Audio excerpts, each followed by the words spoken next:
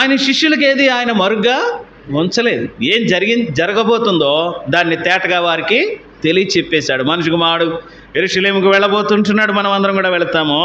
అక్కడ మనిషి కుమారుడు ప్రధాన యాజకుడు శాస్త్రుల చేతికి అప్పగించబడతాడు. వారు ఆయనకు మరణశిక్ష విధిస్తారు. ఆయన్ను అప్పగించే కొరడాలతో కొడతారు. సిలువేటుకును అన్యజనులకు ఆయన అప్పగించేవారుగా ఉంటారు. మూడవ దినాన్ని మరలా లేస్తాడు. ఆయన గురించి చెప్పుకున్నాడు. ఒకవేళ గ్రహించినటువంటి శిష్యులు గ్రహించారు, ఇంకా కొంతమందికి అర్థం కాకపోతే ఏంటన్నా పేతురన్నా ఏంటి చెప్తున్నాడు ఏంటి ప్రభు, ఏమంటాడు? యెరూషలేముకు వెళతాడు, అక్కడ శాస్త్రుల చేతికి అప్పగించబడతాడు. ఎవరి గురించి చెప్తున్నాడు?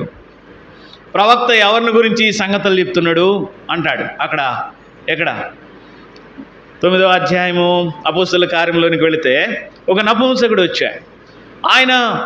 ఆయన గొర్రెవలే వదకు సిద్ధమైనటువంటి అనుభవం కలిగిన వాడుగా ఉంటున్నాడు.